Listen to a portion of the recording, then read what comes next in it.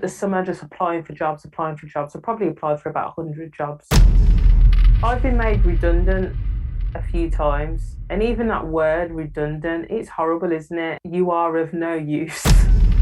So I went over and grabbed him by the back of the scruff of his top and was pulling him. Today on the Engaging Marketeer podcast, I am speaking to Danielle Clarke from Danielle Clarke Creative. Danielle is the epitome of never give up and keep trying to go after the goal that you want to go after. In this interview, Danielle tells me about how she had knockback after knockback, but still kept at it.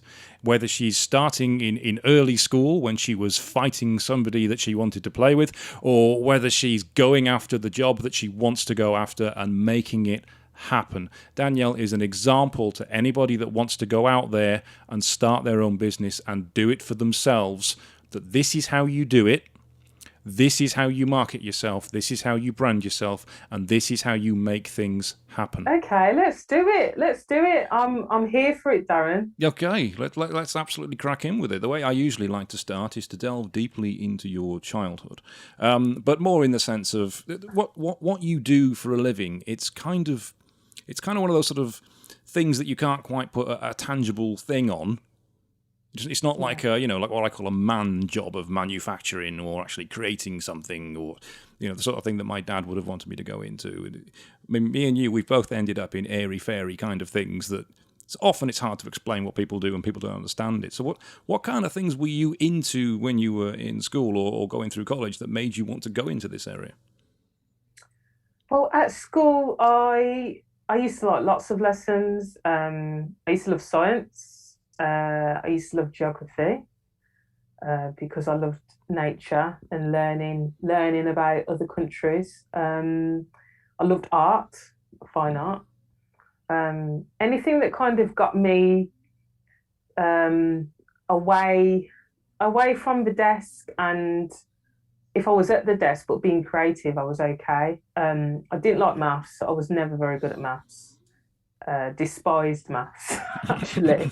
And yeah, I think that was probably the only subject that I didn't really like. But subjects I loved was definitely art, geography, and English, especially creative writing. I used to love it if we had to write a story, or if we had to, do some poetry or something like that. I used to absolutely love that. And so when I left school and went to college, I took geography, AS level, graphic design, AS level, geography, and English language and literature. Because I wasn't sure. I wasn't too sure. I considered becoming an English teacher. Yeah. I considered becoming a fine artist. I considered doing graphic design, and at the time for me, I thought graphic design meant I'd get to design album covers, because that was the one thing that kind of really got me into design in that way. I wanted to design album covers because I love music and I love looking at them. So I thought I'd be doing that, or something cool like skateboards, like designing the back of skateboards. A bit of Tony Hawk. Yeah, something like that, because I was into that sort of music at the time as well. I was into a bit of rock and used to borrow my mate's skateboards. But yeah, so I did my AS levels, and then realised that most artists were poor. Yeah. Until, of course, they pass away and then they become really rich and famous. Unless you're Tracy Emin or Damien Hirst. We're not all them though, are we? No. To name a few. And then geography, I ended up really disliking geography because the teacher sucked the life out of the subject. I just went from loving geography to absolutely hating it. It's amazing how a bad teacher can ruin your passion for something, isn't it? Yeah, completely. And then became less interested in English and thought, actually, I think I do really want to pursue graphic design. So when my AS levels were done, I moved into a BTEC national diploma, which is it's like the equivalent of three A levels, Mm. and went and did solely graphic design. So when you were doing this, because I know from my experience when I went, I did A-level art in school, and my art teacher actually told me at GCSE, don't do A-level art, because Oh, he didn't really? think I was good enough. Yeah, he didn't think I was good enough. I mean, he was a typical art teacher, the sort of pot-smoking type art teacher. Oh, But I ended up doing A-level, and I went on to do a diploma, got a distinction, and then I went to art school effectively, yeah. and I run a web design agency. So up yours, Mr. Lawton. But Yeah. what sort of support did you get from, say, family, for example? Because my dad didn't want me doing this sort of thing either. He thought I should be doing a proper subject. Oh, my mum was my biggest cheerleader. I remember speaking to my mum. I think she'd been watching some sort of documentary, and I'm pretty sure it's my mum that actually first told me about graphic design. I was probably, I don't think I was even at secondary school yet, and I'd found out about it. Or maybe I was at secondary school. Anyway, she's seen this documentary, and it was about this graphic designer, and she was the thing that stood out to her the most was how much money this guy was earning. I remember my mom getting really excited and telling me, and at the time she was like, I mean, he was doing all this amazing design work, and he was getting paid like, I think he was getting like something like 30K a year. And I'm going back a few years, and that salary is it's still, a good salary. I think the average salary is about 25. So he Yeah. wasn't doing too bad. Um, and yeah, my mum was really, just as interested in it as I was, and told me all about it. And she's never ever said to me, "Oh, don't go into that career. Don't, get a proper job or whatever." I remember at one point I was talking to her about becoming an athlete. Because we'd been to town, and there was this guy that was basically busking to raise money so that he could go to the Olympics. He was doing all these dances, these like Michael Jackson dances, Oh, and he awesome. had this like yeah, he had this Michael Jackson mask thing, and the way he held it was it had this weird plastic contraption on the back that he bit, that he kept in his mouth while he Yeah. did his moves, so it didn't fall off. Um, and I was really inspired by him. Yeah, I know, because like I was like, wow, this guy's really cool. Like he's going to the Olympics and he gets to dance around. And for a moment, I was like, Mum, I think I want to be becoming an athlete. And again, she was super supportive. So yeah, whatever I kind of said that I wanted to do, I always have had my mum's backing and support. So I've been very lucky. It's amazing you didn't want to become a dancer. Because it's a very horrible confession here. I used to have a Michael Jackson mask as well. Is it you? Mm-hmm. Yeah, I'm a massive Michael Jackson fan. I've seen him in concert a few times.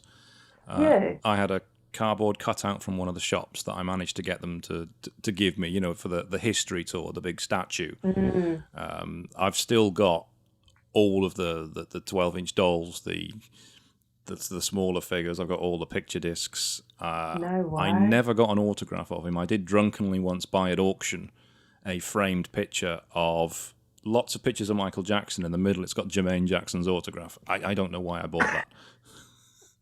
So I've got Jermaine's autograph, but I haven't got So Michael's close. autograph. Yeah, it's close. But I did have a mask as well, and me and my mate used to make lots of Michael Jackson music videos. So he'd do all the dancing, and I would do all the filming. Except I did do the jam rap once, from That's the song amazing. Jam. Yeah, very Yeah. badly, and I didn't look the part at all. But yeah, massive Michael Jackson fan. So yeah, you got my interest there. It's amazing you didn't want to become a dancer Ah. after seeing this guy do that. Well, I mean, I think at one point I thought, I think you do, especially when you're a kid and you see things that are really inspiring. You go through these phases. Like I remember watching Karate Kid and being like, oh no, I want to do karate.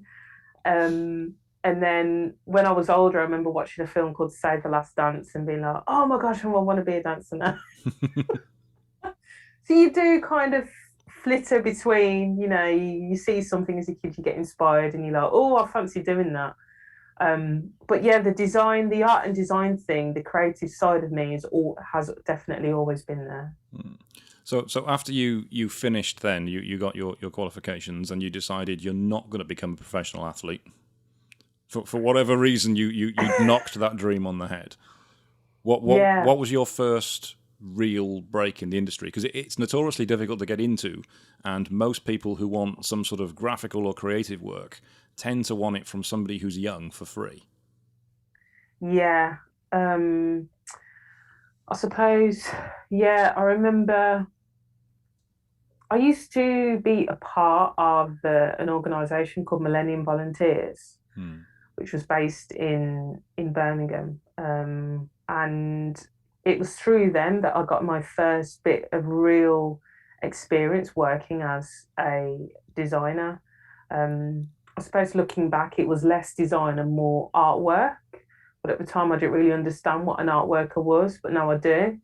And yeah, I've done all sorts of volunteering, kind of um, working in charity shops and kind of you'd go to places and you'd tidy up places, and it could be a community garden or an activity centre or something like that. But I remember speaking to one of the kind of key youth group workers and saying, "Oh, I'd be really interested in getting some experience in design. Is there anything that I can do through Millennium Volunteers?" And the lady's name's Claire. Actually, I'm still in touch with her on Facebook, and she came across the medical illustration department at a hospital in Birmingham called Heartlands Hospital. Hmm. And they said that there'd be potential for me to go there for however many days and kind of work alongside the medical illustration team. Um, and I didn't even know that the hospital had such a department. I didn't realise a department like that existed at the time. No. So I went along. I remember I was at college at the time, so I took all my sketchbooks. This was while I was doing my BTEC in graphic design. So I think I was probably my second or third year. And it was the first kind of interview scenario I'd ever really experienced for that sort of job. So I went in with my sketchbooks and my portfolio and stood up and went through, each kind of board that I'd mounted with like all my final pieces, like a business card, a letterhead. This is the logo I've designed. And then I'd show them the sketchbook for all that with all my ideas, my thoughts, and my concepts and stuff. And I was probably, let's see, college. So I was probably 17, 16 or 17. Hmm. And there were like everyone from the medical illustration department was there, sat around this round table. And I think it was probably about five, 5 or 6 people. So actually, looking back, pretty pretty intimidating for someone so young. But yeah, they obviously liked me because they said yeah to me coming in. I started going in. I think it was a couple of times a week, um, and then yeah, what was meant to be a few days lasted longer, and it was a number of weeks where I was kind of going in and seeing what the art workers do, seeing what the designers do. I got to see what the photographers did as well, and like see some of the equipment. It was amazing and so like super valuable. Um, and yeah, I absolutely loved it. So that was my first kind of real taste of getting a bit of experience. And like you say, it wasn't paid; it was voluntary. So Hmm. I paid for my own lunch. Luckily, I had a bus pass that got me to and from there. It wasn't very far at all from where I lived at the time, and it all worked out really well. And the work that I did there, I used that in my portfolio when I then went and applied to go to university. Um, so it taught me a lot. Right. You know, It's amazing when I speak to people in the sort of the creative industry, and everyone's got a story, like you just said there, where you are doing stuff for free, effectively, and you say Yeah, paying for your own lunch as well. It makes me realise how incredibly lucky I was, because my first job out of university was as a web designer for game. I yeah, that's don't pretty I to awesome. this day I don't know how I got that. I have no idea, because I had no experience. I had never even worked for a company. I'd never even had a paper round. The Mm. whole idea of turning up to an office and being there for 9 o'clock and then going at 5 o'clock, it was just completely alien to me. And I just got this job at Game designing the game websites. I'm like, how the hell did that happen? And it's just pure bloody chance. I think it's just luck. It's just luck. I didn't Sometimes realise it how good it was. is. Yeah. Speaking of paper rounds, I had a paper round. And you have a paper round. I did. And Sunday papers were the worst Were because they were they? really heavy and really thick, and a lot of the time you have to take them apart to get them through the letterbox. Yeah. Um, and then sometimes you get people with really old-fashioned doors with the tiniest of letterboxes that was at the bottom of the door, not in the middle. So yeah, Sunday paper rounds weren't great fun. But yeah, and then after when I finished uni, I must have applied for probably I probably applied. I spent the summer just applying for jobs, applying for jobs. I probably applied for about 100 jobs. Hmm. Anything that was around, graphic design, junior designer. Um, I think there was what was it? Office junior, which was a bit more admin-y, but just anything to kind of get my foot in the door. Um, but actually, you know what? Tell a lie. I've just remembered that actually, when I was at secondary school, I don't know if you had to do this, but there was a point at secondary school where you had to go and get some work experience for 2 weeks. Yes, I did have to do that. And I remember the school had got me work experience in a shop which no longer exists called Quick Save. I remember it well. And I was fuming because Yeah. no disrespect to anybody that works in a shop and that works at Quick Save or any other supermarket. But I had no interest in doing that in stacking shelves for 2 weeks. That I is was all. That like, is awful work experience to do. That, I yeah, don't know I what they was were like, thinking with that. why have you not got me something remotely related to one of my interests, like maybe art or design? Hmm. Like this. So I said to them, right, can I, if I find my own within, I think I had about a week to find somewhere, can I change it? And they said, yeah. So I think I got like the online yellow pages Okay. and started looking for local design agencies. But the thing that cropped up a lot actually in the yellow pages, it wasn't so much design agencies, it was printers. Hmm. So a lot of printers popped up, and I remember printing them out and getting a pen and getting a phone, which was a landline, my mum's landline, and literally just calling them, telling them I needed 2 weeks work experience. I was at school. This is what I'm interested in. Can I come? And just making loads and loads and loads of phone calls.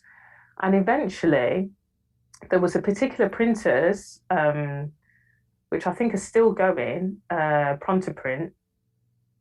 They said yes, and I went along, and it was me and two other guys from another school that were there doing sort of work experience. And they had an office in the centre of Birmingham, and then one kind of on the outskirts, which was in Edgbaston. Hmm. So I was kind of in between the two. And on the first the first day, I remember the two other lads that were there, they got told off, and I think they got told not to come back. Oh, you don't want that on work experience. They were messing about with the printer, doing something they shouldn't have been doing, and I think they broke something, and like the Hmm. printer malfunctioned. And yeah, I'm pretty sure they got told off and told like not to come back. I of course didn't do anything like that. I was extremely well behaved, Of course. turned up on time, I wanted to help out as much as possible. And they actually gave me a job. Yeah. I impressed them that much. Yeah, they gave me, I think I was working there for 4 weeks, bearing in mind I was still at school, because I remember they were asking me for my national insurance number. And I was like, I don't have a national insurance card yet. I'm not old enough to have one yet. Mm. I think it was like I was going to get it like that June, and this was like probably May or something, April or May, and I hadn't got it yet. How old are you when you get your NI number? 16, I think. 16, yeah. Yeah. So I was definitely, yeah. So I was 15 then. But they gave me a job anyway. Um, and yeah, I was photocopying, binding, taking phone calls, um, doing filing, going and getting lunch, doing the petty cash. I absolutely loved it, and that was actually my first paid job. In a design environment. No, it's really interesting you say that, because it's your first paid job, but you, unlike me, you just landed on it and got lucky. You worked at it. You were making calls Yeah. and calls and calls to do it, because we get people calling us here about work experience, but it's never the kids themselves doing it. It's always either the parents, or it's teachers, or it's somebody else saying that my grandson or something doing work Oh, experience. really? We there's never any kid takes initiative themselves to do it. They just don't want to do it. They don't want to pick up the phone. They don't want to speak to people. Certainly not now. It may have been different Gosh. when you were younger, because obviously the texting wasn't quite so prevalent and emailing wasn't quite so prevalent. No, I don't know. I mean, I remember being young and having a fear of the phone. Like I used to, if mum wasn't, around and it rang, I'd just be like, I'm not picking that up. And if I had to phone someone, like even if I had to phone like my nan or my granddad, I'd be like, oh, I don't know what to say. Because you are, when you're that age, you're very conscious of yourself and how you sound and what you say and sounding stupid. But yeah, it was just the thought of working at QuickSave for 2 weeks, stacking shelves. I mean, I'm closing my eyes and grimacing as I think about it. I was just like, I'm not doing that. And that was why I was like, I am doing the yellow pages, I'm picking up the phone, and I will call them and I will find something. And I did, and yeah, like you say, it led to a job. Yeah, that's great perseverance. I mean, my work experience was like the one that you almost had, unfortunately. I had some really bad advice from my mum, because my mum was not the person to ask for advice on this. And the one thing she said, well, why don't you put down garage petrol pumps as your first choice, because then people might give you tips. Firstly, I'm too young to do that. And secondly, they don't have petrol pump dispensers in the UK. That's an American thing. So she'd been Yeah. watching too much Quincy, I think. And then she suggested, well, you like animals, why don't you put down working with pets? So I thought, okay, what I'll do is I'll put down DIY. No, actually, garden centre. Garden centre I put down, because I thought, I'm going to work in the pet department of a garden centre. What I should have put down was pet shop, because they put me in the garden department of a DIY store. So I ended up working with plants in Great Mills DIY. And it was the most horrific 2 weeks of my life. I ended up offending somebody really badly. Oh, One of the no. ladies that worked there, and I just remember her coming in and just shouting at me, and I thought, oh Christ, is this what work's like? I'm not going to like this at all. But luckily, she took the second week off, so that was only for the first week. Okay. I was glad she didn't come back. But yeah, work experience was not for me. I really made a mess of that. So you now obviously work for yourself. Yeah. What made you take that horrifically big leap and decision? Because it is like chucking yourself into a void doing that. It is. It was a number of things, but the main thing was because I I've been made redundant a few times, and even that word redundant, it's horrible, isn't it? It's, you are of no use. You are no longer needed. Like, Yeah. that is what that word means, which is horrible. But yeah, I I was working for a small design agency for a while, um, and because it was small, there wasn't a lot of room for growth. But also that being said, I definitely got pigeonholed there. When I was ready to grow and take on responsibility, uh, the opportunity wasn't there and wasn't given to me. Because eventually the opportunity did arise, and it just wasn't going my way. So I decided to move. Why do you think they didn't give you the opportunity? Um, I don't think they really believed that I was capable. I think because I'd come into the agency at a certain level.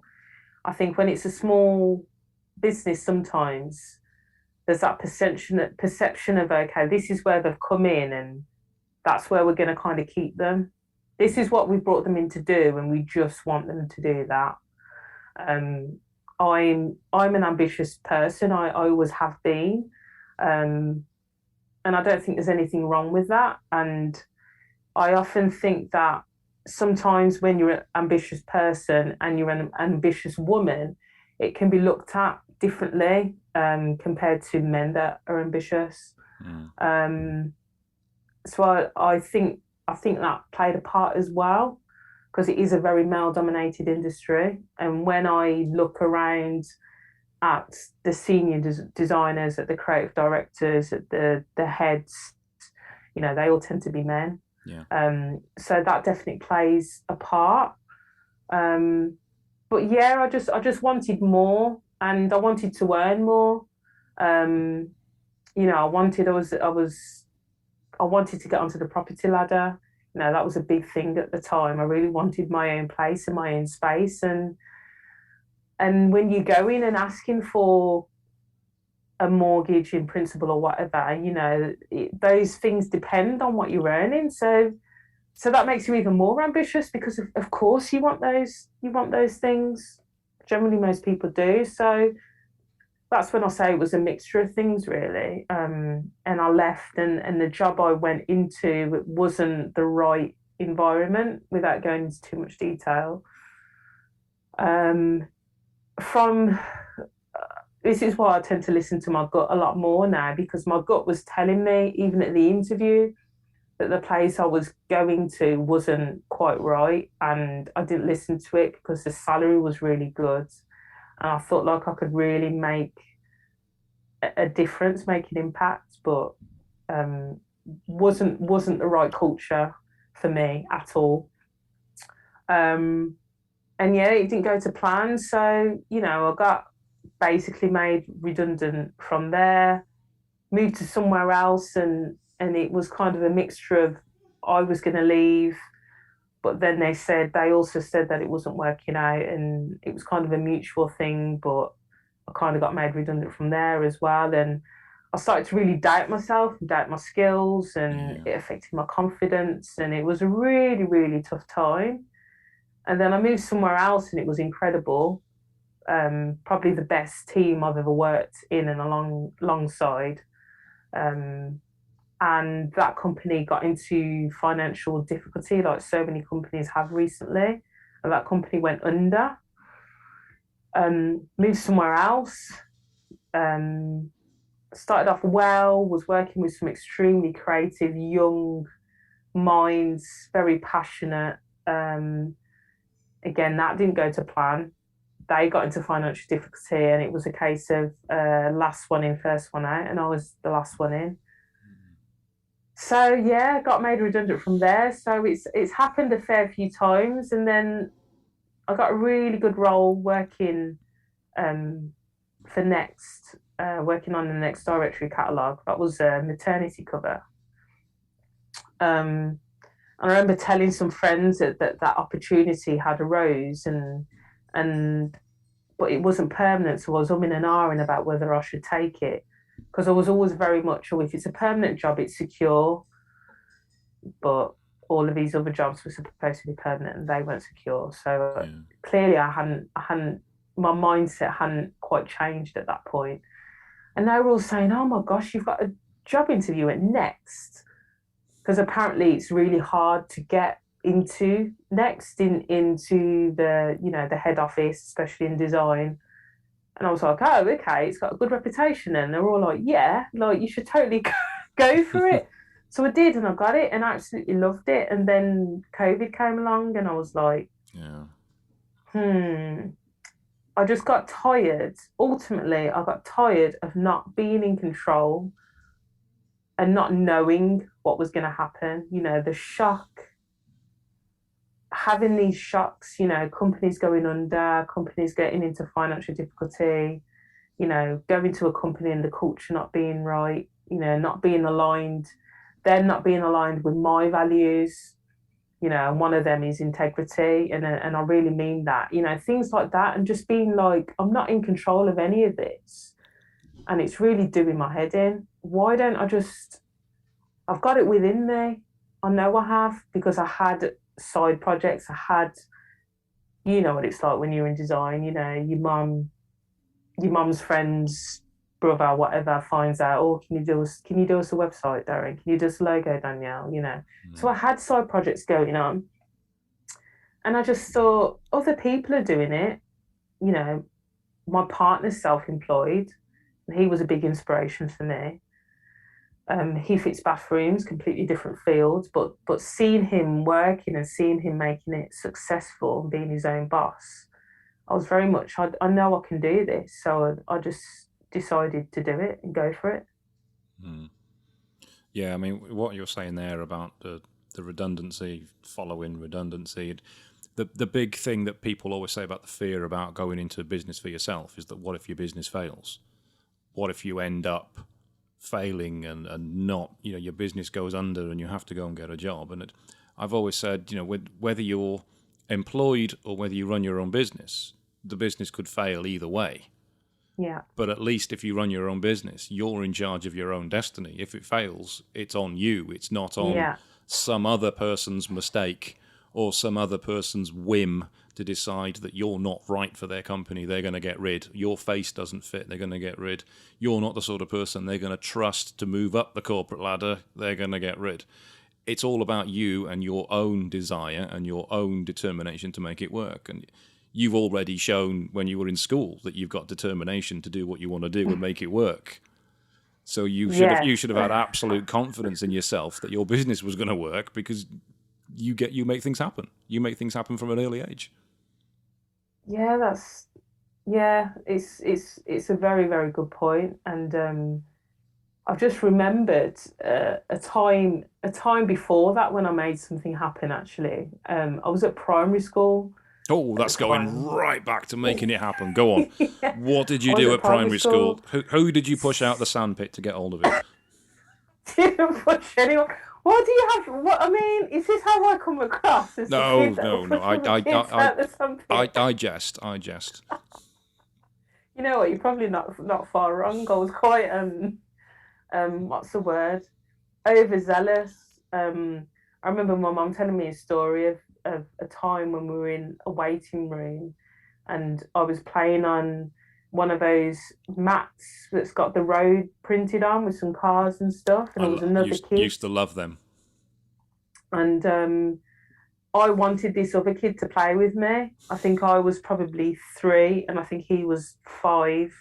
He was a bit older than me, 4 or 5. And I wanted him to play, and he didn't want to play.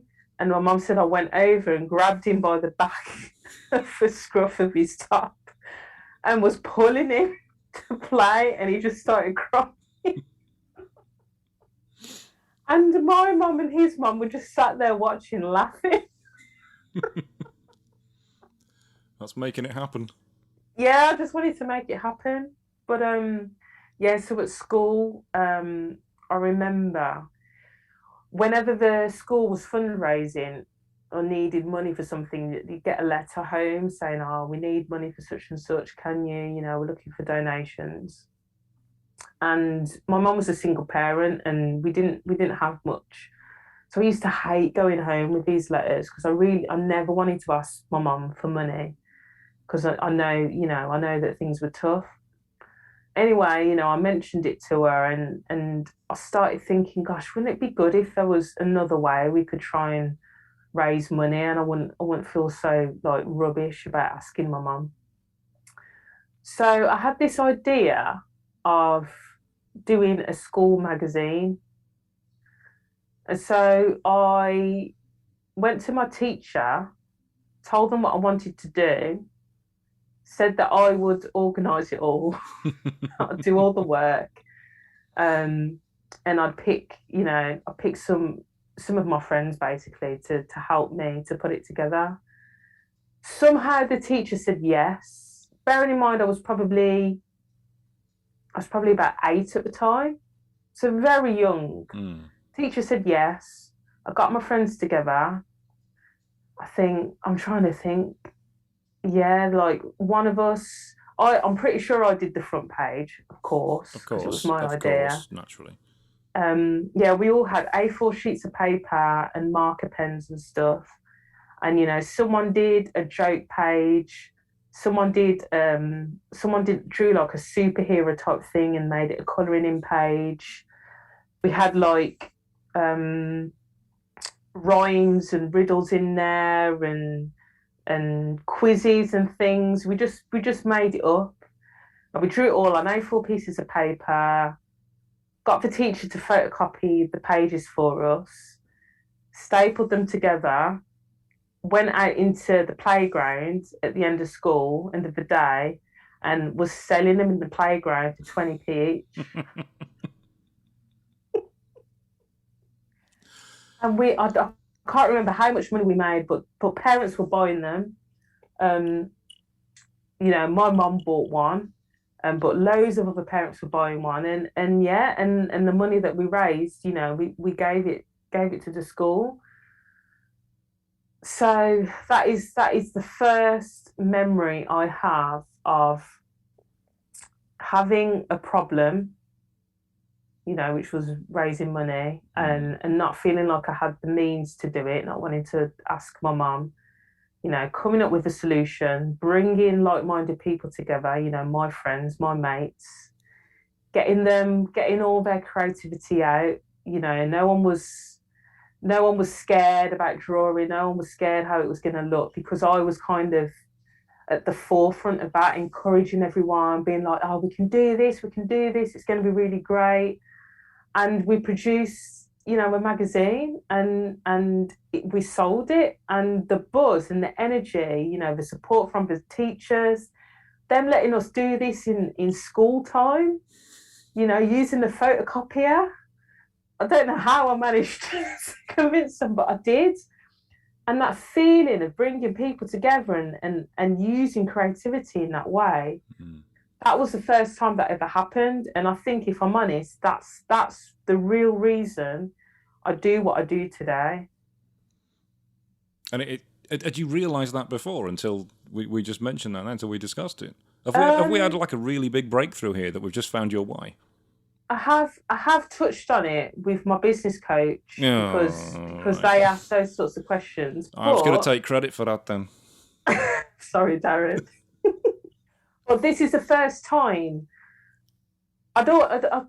It's funny because you have these conversations, but then you forget. And this is the first time I've actually, spoken about it to someone else. And obviously, Ah, loads of people are now going to hear this. But thousands, yeah, I think, thousands, yeah, of course, thousands. thousands. Number one in marketing, by the way. We launched at number one in marketing last week. Woo! Yeah, Amazing. not bad. Pleased Well with that. done. Pleased with that. So you should be. That's a fantastic Yeah, achievement. And why wouldn't it be? exactly. Why, Great. It's a great podcast. yeah, thank you very much. Yes. So, as you say, you did that through creativity. So what you Yeah. do is creative. So you're solving problems creatively. You created your business to be creative, and now you're doing creative things for other clients. So what sort of Yeah. stuff are you doing for clients that you really enjoy doing, that you enjoy getting your teeth into? Well, there's a project I'm working on right now, which is for he's my coach, in that he got me out of pain, And he gets lots of people out of pain, especially people that sit at desks all day, or people that are Oh, you mean physical ex-athletes pain? or Physical physical pain. pain. Yeah, Mm. physical pain. I twisted my knee really badly some years ago playing hockey, and it was never ever the same. Having seen physios and doctors and things, and it got to the point where I was in pain even if I wasn't moving. So just being sat at the desk, Mm. my knee would seize up, and I get shooting pains, and it was horrendous. And then I discovered James on through a mutual connection, and then started following him on LinkedIn, and we just got talking, and I started working with him. He started coaching me and giving me all these exercises, some of which I was quite dubious about to start off with. um, but roll on. How long have I been working with him now? I don't know, maybe a year. I'm not in pain anymore. I don't get knee pain anymore. Oh, Wow. the guy's completely changed, genuinely changed my life. And so at the moment, I'm working with him on his rebrand. We've done some brand strategy together because before I do logos, I make sure that the brand is actually sound, in Mm. that the person understands, like we touched on, what their why is, why they're doing what they're doing. Is their message clear? What are their values? Who's our ideal customer? All those things are like super important before you start looking at visuals, because without that, how can you make visuals to communicate to people when you don't know who they are, and how you're going to 100%. attract them? Yeah, 100%. So we did loads of workshops in and around that, and we got his messaging sorted, and now he calls himself the body fix coach, because that is ultimately what he does. So now I'm working on his brand identity. And then, yeah, we're going to be working on, just getting that consistent. And I've been doing mind maps and doing loads of sketches and doodles. And I'm looking forward to showing him what I've come up with, really. But yeah, being able to work with someone like James, someone that I know does have a genuine impact on people's lives. He genuinely helps people. He's improved my life. I want to help him. I want to help him build a better brand so that he can reach hundreds, if not thousands, more people. Mm. So he can help them. Um, so yeah, super super excited about working with him, and I just want to work with more people like that. Really, more people that want to help other people, especially in and around health and well-being. Because I really care about them. I really care about people. And if I can use my creativity to help improve other people's lives, even if that's indirectly, then I'm kind of all for that. Yeah, it's important as well as the way you talk about him, that you know that he is the people you're working with are really good at what they do. It makes it so much easier to work on a brand and an identity and a message and a website and content for somebody if they are good at what they do. Yeah. That's Oh, absolutely totally. critical. Yeah. Yeah. So yeah, that's what I'm up to at the moment. Yeah. James is patiently waiting for me. I was waiting for you now. No, Oh, I was just going to say. to get it done. Oh right. I thought, oh heck, we're on the clock. We're on the clock. No, no, no, to get it done. But it's coming, and it's going to be awesome. Mm. And yeah, once it's done, he can use it across, all his kind of, not just his website and his LinkedIn and stuff, but the vision. I hope I'm not revealing too much, James. Um, is in the future. He's touched on having his own app, and Mm. really pushing the brand. So he's got real ownership on it, because what he does is, I don't know anyone else that does what he does. And having been in pain for years, I didn't think he was going to be able to help me. And when I tell people, they're like, "Who is this man?" That's great when people are desperate to know who he is because they know how he's helped you. And if you've had Yeah, personal absolutely. experience of somebody, it does make it so much easier to work with them because you Yeah, know what they do. yeah. And you do find is I used to think that getting older meant that pains would arrive because of getting older. But what I've realised through working with James is just because you're getting old doesn't mean that your body should be in pain. Your body's in pain because something's going wrong.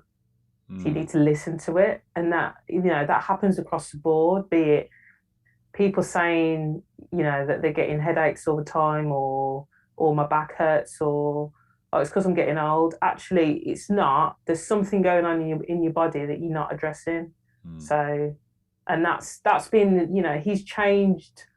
I've really learned a lot from him about that, and that's why I care so much about looking after myself, especially as a business owner. Because if touch wood, something happens, it, you know, Yeah.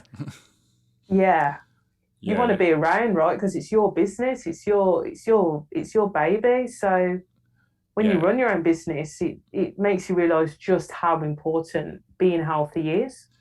Yeah, I mean, I'm not the best example of health. I drink way, and I think it needs a third way too much. Um, Mm, but you're right. When what people often don't realize is about going into business for themselves, and they look at business owners and they think, "Wow, you can take holidays whenever you want.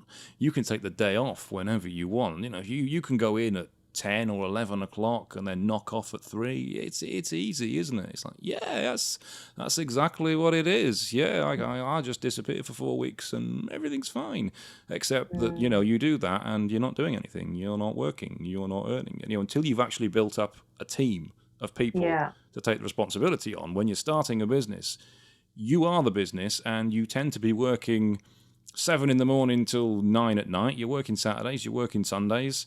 There is no time off. You cannot take holidays because if you do, you're not earning any money. And people never mm, see that. They just see the business owner. They could swan in when they want. They can do what they like. I wish I could fire the boss and then just not turn up for work. Yeah, well, then you won't get paid, mate. Then you won't get paid.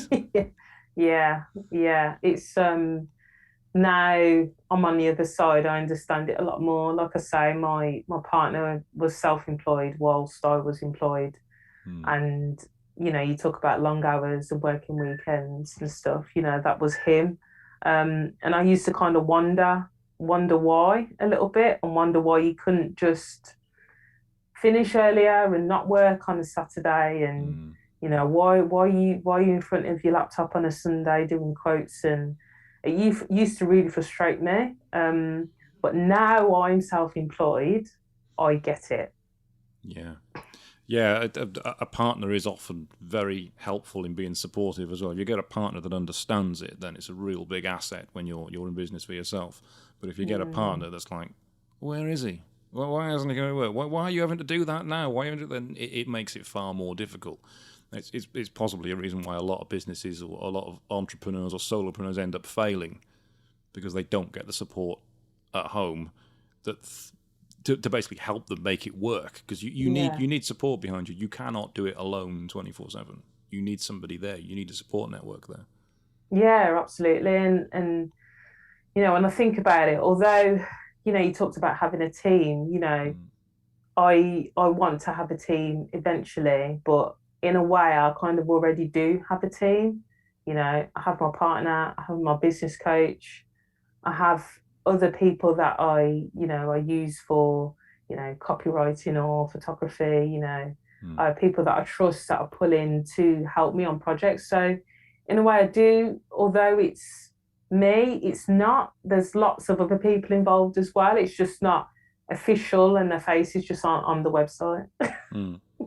Yeah, well, that is important as well to have people you can rely on to do something because there's too many people go into business for themselves, particularly in the creative industry, and they try and do everything. They try, they'll try and do the photography, they'll try and do the copywriting, they'll try and do the Photoshop work or the Illustrator work, they'll try and do the meetings, they'll try and do the admin and the invoicing, and you just end up getting into this vicious spiral, and you just make yourself ill. Yeah. Something usually gets left out, And it's quite often either the invoicing or the chasing of payments or the actual looking for new work. Because I did go freelance for a while after I left game. I was living at home, I went freelance, I was getting websites in, and I had that typical spiral that all freelancers go through, where you've got loads of work on, you're really, really busy, you haven't got time to do anything, and then suddenly all the work has stopped, and you haven't been looking for new work, and you've got this lull of nothing happening. And then you've also got this lull of the work I've just done, I need to get paid for. But the people who have done the work for, they've been a little bit slow with the payments. And it's like, well, this mortgage isn't going to pay itself, unfortunately. I wish it would. So you then have to chase that. That is the problem with freelancers. And I've often thought that, particularly with trades, because you mentioned your partner being self-employed bathroom fitter, it's really difficult for trades because they're always busy, busy, busy, busy. But they have to spend a lot of time quoting, which is obviously unpaid. Yeah. And then a lot of time when they're quoting, somebody just wants the cheapest price, so they'll get 3 or 4 people in to quote for the bathroom, and they'll pick the one that says they'll do it the cheapest. So you're quoting a lot of work and you're not getting paid for that. And then you're ending up having to chase payments for stuff. And you're ending up having to look for more work, but you can't do it because you're too busy working in the first place. It's always the invoices and the quoting that slows everything down from that. Yeah, definitely. There's got to be some sort of service, and this is like a mad business idea I had actually. There's got to be some sort of service from somebody that's like super organised that can do this for trades and do the quoting, do the measuring, and do the invoicing and all the paperwork for them, so they don't have to do it themselves. They can just get on with the bit that they're really good at, which is fitting the bathrooms or wiring up the houses for electric. Yeah, I think, it is, again, and I suppose that's the thing, like, if you do want to grow, you could always take someone on that does that bit, they'll probably become the salesperson, because that is ultimately the sales bit. But I think it's difficult because you do end up being lots of different people when you're self-employed. I think it just depends. I think what I've learned really, it's just about getting a balance, like knowing when you really do need to take a break and understanding that there's always going to be something that needs to be done. There's always going to be, if things are going well, there's always going to be quotes to do. There's always going to be emails to answer. There's always going to be work to do. And it doesn't matter how long you work and how much you do, at the end of the day, there's still stuff to do, right? So unless you're just going to work forever and never take a break,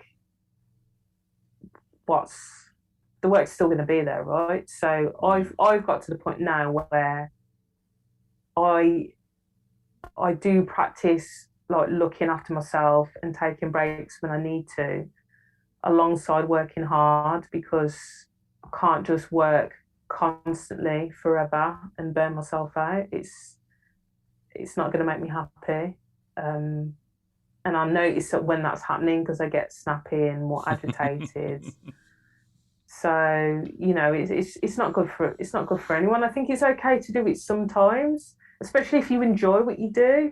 I love what I do. I love working with brands and helping to create better ones, and I love talking to people. I don't get bored doing my job, and there's times where I want to work harder and I want to work late into the night because I'm in a bit of a flow, or I've got a deadline and I've just got to get it done. And I think that's okay sometimes, but not all the time. Bank holiday weekend's coming up. I'm gonna take the weekend off and the Monday, and my partner is as well. He didn't take off the last one, but we are, and I'm gonna go and see my granddad, and I'm gonna make the most of a bank holiday weekend. Yes, I could be doing work, but not this time around. See, I didn't take the Easter weekend off. I ended up working on the Friday because I had to. I can't remember. I was in here all day putting a presentation together, and on the Monday we had to have a directors meeting, so I didn't have either of them. It was. So terrible. Are you going to take this Monday off? Is it this Monday coming? Yeah. So I don't even know. I don't even know. I know. I had to. I only knew because someone mentioned it to me, and then I had to put it in my calendar.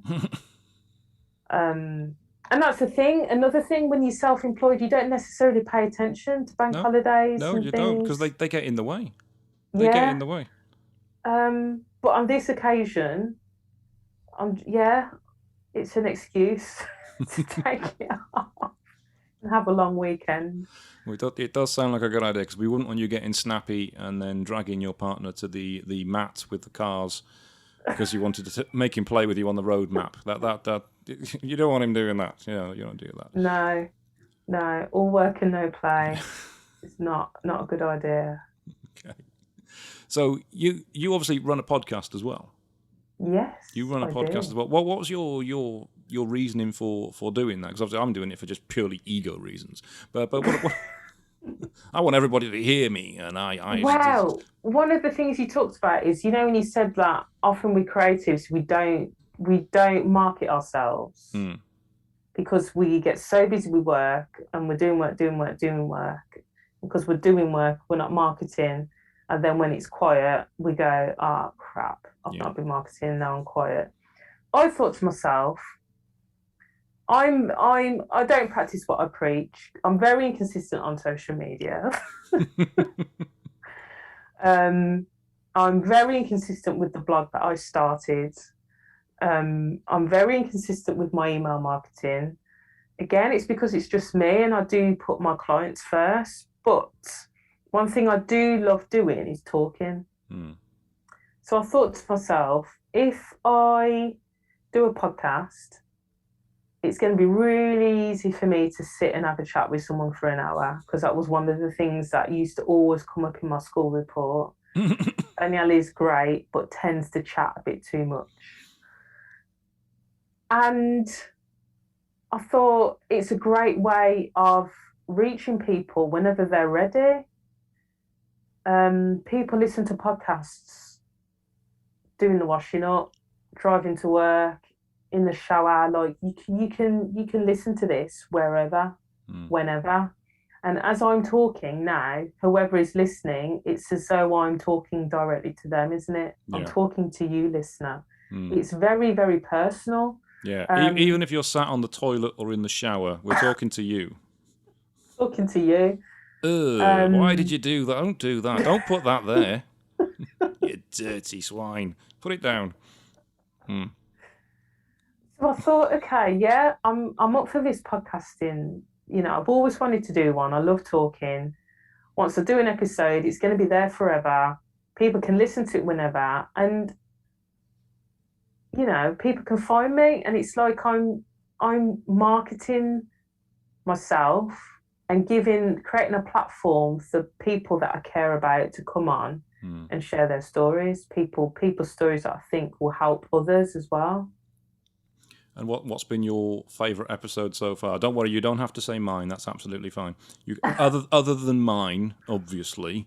What's been your favourite episode? Oh gosh, it's such a difficult question I because know you're going to offend somebody now, aren't you? no, but I've got a genuine connection with everybody that I've interviewed. Hmm. Um, I think gosh, I learned so much from Matt Davis, the brand strategy guy. He was pretty awesome. We were talking a lot how people say brand isn't fluff. Brand is fluff. Sorry, people say brand is fluff, and it's usually accountants. Yeah, we had some really good chat. But the one that probably resonated the most with me was probably the talk that I did with Natalia, who's Chai Soul. She started her own business. She started a yoga studio. Hmm. And the reason that she started it came from her having a near death experience. She got super, super ill to the point where she thought that was it. Oh. I won't spoil it in case someone goes, to listen, but it was that led her on the path to basically building her own yoga practice. And yeah, it's really inspiring. Wow. And just Yeah. so everybody knows, what's the name of the podcast and where can they find it? So the podcast is called Build Better Brands with me, Danielle Clarke, and you can find it wherever you listen and stream to podcasts, be it Spotify, iTunes, Audible, etc. Yeah, give it a listen. let me know what you think, and hopefully people have enjoyed this episode of your podcast. I'm sure they've absolutely thoroughly loved it. Thank you very much for being on. I really appreciate you doing this for me. And as a final thing, if somebody wants to contact you because they want to work with you, or they want to chat with you, or they want to possibly appear on your podcast, how can somebody get hold of you? Best way to get hold of me is on LinkedIn, probably, because I'm on there quite a lot. So you can find me on there, Danielle Clarke, or you can find my company, Danielle Clarke Creative, as well. I'm also on Instagram. So yeah, just search for Danielle Clarke Creative. Okay, thank you very much. I'm sure everybody will be rushing there now, and certainly to listen to your podcast, because they're gonna want to know how that story ends. You told Yes. ends pleasantly, but they want to know why. How does it end? What actually happens? So, Danielle, thank you very much for being on here. I really appreciate it. It's been an absolute pleasure speaking with you.